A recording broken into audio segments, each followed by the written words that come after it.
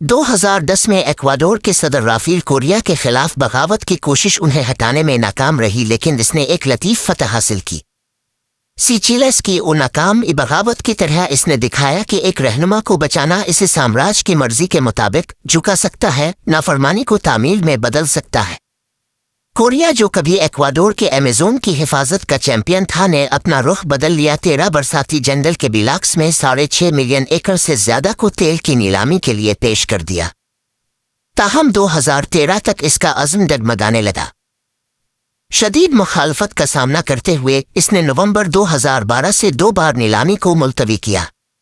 Vietnam اور Istanbul سے واپسی پر میں نے ہسپانوی زبان کے اخبارات اور بلاگز پڑھے جو جان رولڈوس کے دور کی پروپیگنڈا کی بازگشت کرتے تھے۔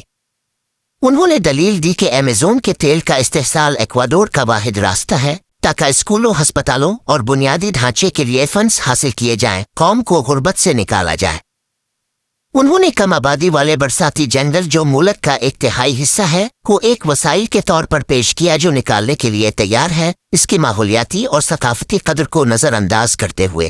2013 کے موسم گرما میں نے کوٹو سے شیل تک کا سفر کیا، پھر چھوٹے طیارے اور کینو کے ذریعے اچوار علاقے میں گیا۔ اچوار ہواورانی کچوا ساپارا شوار اور شوار کے ساتھ مل کر غصے اور عزم میں تھے۔ وہ برساتی جنگل کو سیارے کا دل اور پھیپھڑے سمجھتے تھے، ایک حیاتیاتی تنوع کا گڑھ جس میں بیماریوں کے ممکنہ علاج اور موسمیاتی تبدیلی کے خلاف ایک مضبوط دیوار تھی۔ پاچاماما الائنس اور فنڈا 7 پاچاماما نے ان مقامی کمیونٹیز کی حمایت میں وسائل ڈالے، ان کی لڑائی کو بلند کیا اور مغربی صارفین سے تیل کا استعمال کم کرنے اور کمپنیوں پر ایمیزون سے باہر رہنے کے لیے دباؤ ڈالنے کی ترغیب دی۔ میرے لیے یہ میرے ماضی کا کفارہ تھا۔ 1960 کی دہائی میں ٹیکساکو کے فوائد کے بارے میں جھوٹ پھیلانا، 1970 کی دہائی میں فوجی آمروں پر قرضہ ڈالنا اور رولڈوس کو راغب کرنے میں ناکامی۔ گناہ نے مجھے عمل کی طرف دھکیلا اور میں نے پاچاماما الائنس کے ساتھ اپنے وابستگی کو گہرا کیا۔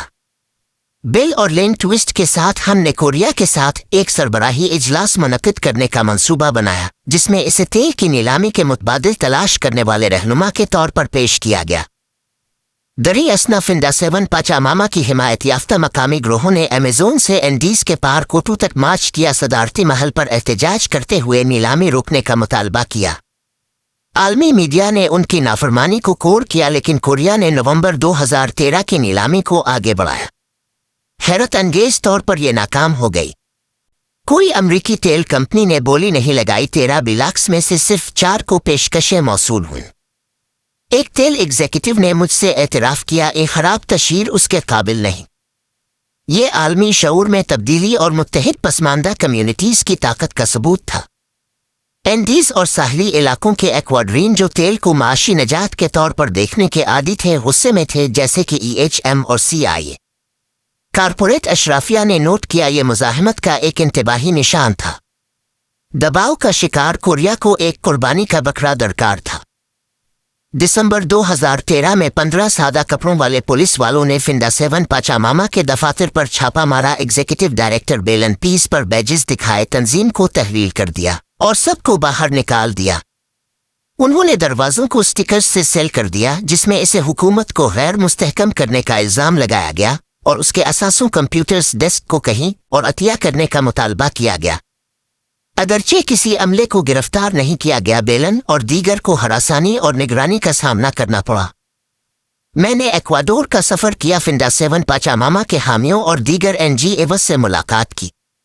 ہم نے کوریا کے اقدامات کی مذمت کی، لیکن میں اس کے مقاصد کے بارے میں سوالات سے چھٹکارا نہ پا سکا۔ ہوٹل کوٹو کے ریستوران میں بیٹھ کر جہاں میں نے 1968 میں ایک ٹیکساکو سازمبولوجسٹ کے ساتھ کھانا کھایا تھا، میں نے پچنچا آتش فشاں کے سائے کو دیکھا۔ میں نے اس جھوٹی امید پر غور کیا جو تیل نے کبھی ایکواڈور کو دی تھی۔ کوریا کے دھوکے اور فنڈا 7 پاچاماما پر حملے سے نفرت کے باوجود میں اس کی مشکل کو سمجھتا تھا۔ وہ جانتا تھا کہ بڑے تیل کی مخالفت کرنے سے ہونڈوراس کے زیلایا کی طرح بغاوت اور رولڈوس کی طرح قتل کا خطرہ تھا۔ سمجھوتا کرنے کا مطلب تھا بقا اور جیتنے والی لڑائیوں کو لڑنے کا موقع۔ کوریا کی کامیابیوں سے انکار نہیں کیا جا سکتا تھا۔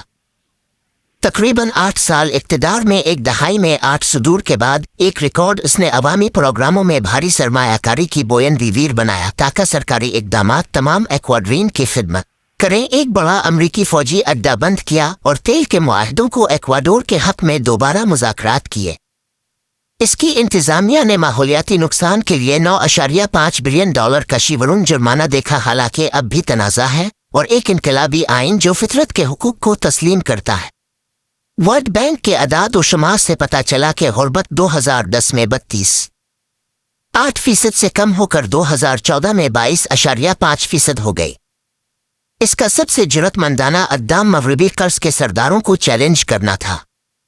ایک قرض آڈٹ کمیشن نے CIA کی حمایت یافتہ عملوں کے دور کے میرے EHM دنوں سے غیر قانونی اور ناجائز قرضوں کو بے نقاب کیا۔ ورلڈ بینک، IMF اور وال اسٹریٹ کی مخالفت کرتے ہوئے کوریا نے $36 ملین کے سود کی ادائیگی پر ڈیفالٹ کیا۔ تاہم ایسی مالی نافرمانی ایکواڈور کے لیے منفرد نہیں تھی۔ امریکہ اور دنیا کا بڑا حصہ بھی غارت گر بینکنگ کا شکار تھا، جو اسی عالمی استحصال کے جال کو ظاہر کرتا تھا جس کی میں نے کبھی خدمت کی تھی۔